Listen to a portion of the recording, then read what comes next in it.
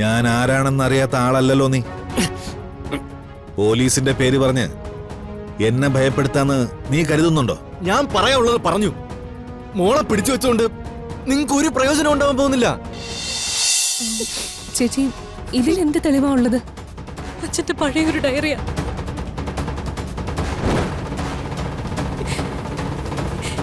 ഇതിൽ എന്താ ഉള്ളതെന്ന് എനിക്കറിയില്ല ദുർഗ.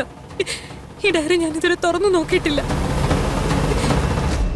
നമ്പർ ലോക്കിട്ട് വെച്ചിരിക്കുന്ന സ്ഥിതിക്ക് എന്തോ രഹസ്യങ്ങൾ ഇതിൽ സൂക്ഷിച്ചിട്ടുണ്ട്, അത് ഉറപ്പാ. അങ്ങനെയാണെങ്കിൽ ഇതയാൾക്ക് പെട്ടെന്ന് എടുത്ത് കൊടുക്കരുത് ചേച്ചി. നമുക്ക് വലുത് ഈ ഡയറിയോ ഇതിലെ രഹസ്യങ്ങളോ ഒന്നുമല്ല. ഞങ്ങളെ ധുനിമോളാ. അവളെ തിരിച്ചു കിട്ടാൻ ഇവിടെയുള്ള എന്ത് ആവശ്യപ്പെട്ടാലും അത് ഞങ്ങൾ കൊടുത്തിരിക്കും. എനിക്ക് എങ്ങനെയെങ്കിലും എന്റെ മോളെ തിരിച്ചു കിട്ടിയാ മതി. ചേച്ചി, പൃഥ്വി എന്തായാലും അന്വേഷിച്ചു പോയിരിക്കല്ലേ. പൃഥ്വി തിരിച്ചു വരുന്നവരെ നമുക്ക് തൽക്കാലം എന്തെങ്കിലും പറഞ്ഞു നിൽക്കാം. അയാളിൽ നിന്ന് മോളെ രക്ഷിക്കാൻ നമുക്ക് കുറച്ച് സമയം കിട്ടിയേ പറ്റൂ. അതൊക്കെ റിസ്ക് ആണ്. അയാളെ കുറിച്ച് നിങ്ങൾക്ക് അറിയാഞ്ഞിട്ടാ. മേനോന്റെ പേര് കേട്ടാ പോലീസുകാര് പോലും ഭയന്ന് മാറി നിൽക്കും. ഡയറി കൊടുക്കാന്ന് പൂർണിമ പറഞ്ഞ സ്ഥിതിക്ക് നമ്മുടെ മുമ്പിൽ വേറെ വഴിയൊന്നുമില്ല. എന്തായാലും ഈ ഡയറി അയാൾക്ക് കൊടുത്തേ പറ്റൂ. പൂർണിമ ചേച്ചിയുടെ അച്ഛൻ എത്ര കഷ്ടപ്പെട്ടിട്ടാവും മേനോനെതിരെ തെളിവുകൾ ശേഖരിച്ചത്. അത് ഇത്രയും നാളും മറ്റൊരാളുടെ കയ്യിൽ എത്താതിരിക്കാൻ അദ്ദേഹം എന്തൊക്കെ മുൻകരുതലുകൾ എടുത്തുവെന്നും നമുക്ക് മനസ്സിലാക്കാവുന്നതേ ഉള്ളൂ. ഇത്രയൊക്കെ അദ്ദേഹം ചെയ്തിട്ട് നമ്മളൊരു ഭീഷണിക്ക് വഴങ്ങി കൊടുക്കുന്നത് ശരിയല്ലെന്ന് എനിക്ക് തോന്നുന്നത്. ദുർഗ പറയുന്നത് ശരിയാണെന്ന് എന്റെ അഭിപ്രായം. അതോടൊപ്പം നമ്മൾ ധോനിമോളെ രക്ഷിക്കുകയും വേണം. രണ്ടും കൂടി സംഭവിക്കാൻ എന്താ വഴിയെന്ന് നമുക്ക് ആലോചിക്കാം. അതെങ്ങനെ? അത് എന്തായാലും പൃഥ്വി ഒന്നിങ്ങോട്ട് വരട്ടെ, വന്നിട്ട് നമുക്ക് എന്താന്ന് വെച്ചാൽ ആലോചിക്കാം. ആ, അതാ നല്ലത് ചേച്ചി. കിരൺ ഒന്ന് വന്നേ, ഞങ്ങളിപ്പോ വരാം.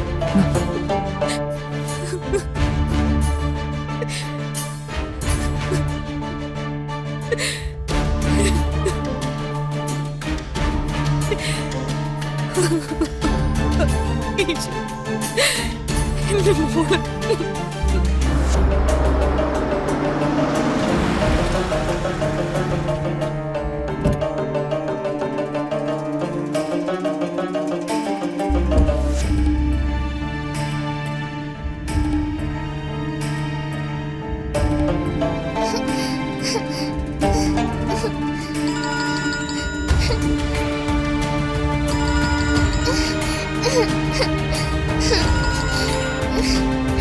ഹലോ ഹലോ, ഞാനിവിടെ പുറത്തുണ്ട്.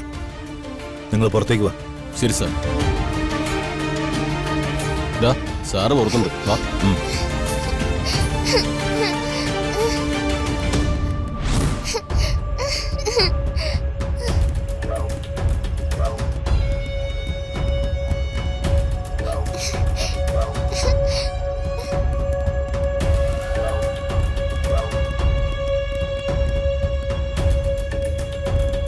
വേഗം വാടാ.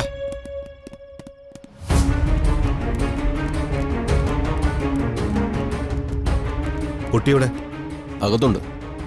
എല്ലാത്തിനും നമുക്കൊപ്പം നിൽക്കേണ്ടവനാ പൃഥ്വി. സ്വന്തം വീട്ടുകാരുടെ കാര്യം വന്നപ്പോ അവനവന്റെ തനി നിറം കാണിച്ചു. പൃഥ്വിയുടെ ഭാഗത്തു നിന്ന് പ്രശ്നങ്ങൾ ഉണ്ടാവാൻ സാധ്യതയുണ്ട്. അതുകൊണ്ട് നല്ല ശ്രദ്ധ വേണം. ശരി സാർ. തൽക്കാലം ആ കൊച്ചിനെ ഉപദ്രവിക്കുകയൊന്നും ചെയ്യരുത്. ഇല്ല. കുട്ടിക്ക് എന്തെങ്കിലും സംഭവിച്ചാൽ നമ്മളെ എതിർക്കാൻ മുന്നിൽ നിൽക്കുന്നത് ആ പൃഥ്വി ആയിരിക്കും. നമ്മുടെ എല്ലാ കാര്യങ്ങളും വ്യക്തമായി അറിയാവുന്നവനാണ് പൃഥ്വി. അതുകൊണ്ട് സൂക്ഷിക്കണം. സാറ് പേടിക്കണ്ട, ഞങ്ങൾ നോക്കണം. ആ കൊച്ചിലൂടെ തന്നെ എനിക്കെന്റെ ലക്ഷ്യം നേടിയേ മതിയാവൂ. ഇപ്പൊ ചെല്ല്. ശരി സാർ.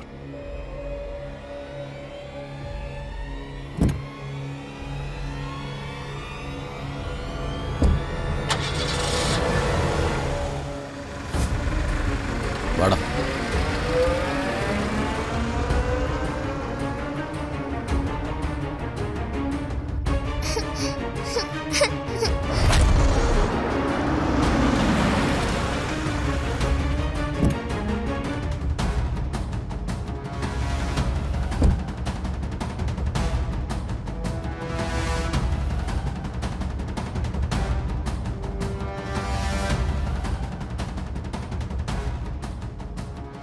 മാറിക്കടാ.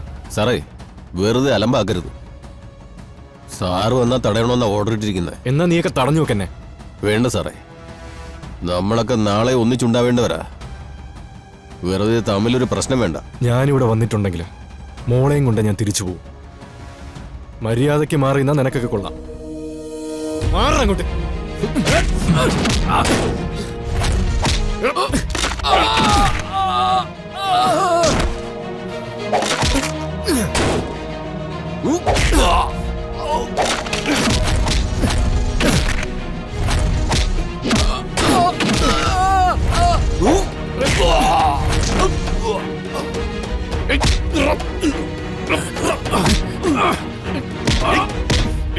ഇങ്ങോട്ട് വാടാ.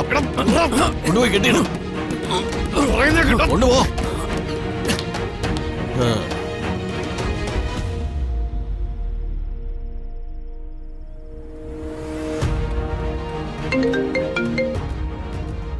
ഹലോ സാറേ, പൃഥ്വി സാർ വന്നു.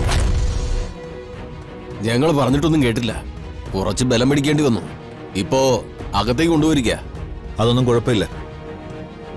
എനിക്ക് അവനോടൊന്ന് സംസാരിക്കണം. ശരി സാർ.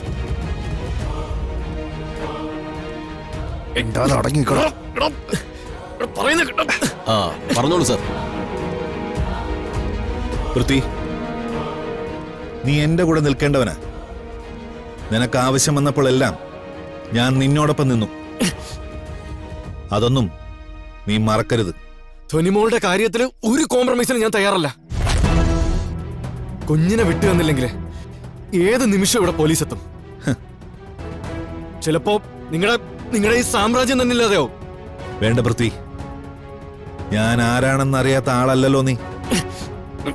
പോലീസിന്റെ പേര് പറഞ്ഞ് എന്നെ ഭയപ്പെടുത്താന്ന് നീ കരുതുന്നുണ്ടോ? ഞാൻ പറയാനുള്ളത് പറഞ്ഞു. മോളെ പിടിച്ചു വെച്ചുകൊണ്ട് നിങ്ങൾക്ക് ഒരു പ്രയോജനം ഉണ്ടാവാൻ പോകുന്നില്ല. നിങ്ങൾക്ക് തരാൻ പൂർണിമ ചേച്ചിയുടെ യാതൊരു തെളിവുമില്ല. നീ കൂടുതലൊന്നും സംസാരിക്കണ്ട. ഛെ, തൽക്കാലം അവിടെ അടങ്ങിയിരിക്കെ. എനിക്ക് എന്ത് ചെയ്യാൻ പറ്റുമെന്ന് ഞാനൊന്ന് നോക്കട്ടെ. വിടറോ. എനിക്ക് വേറെ വഴിയില്ലാത്തോണ്ടാ. വാടാ വാ.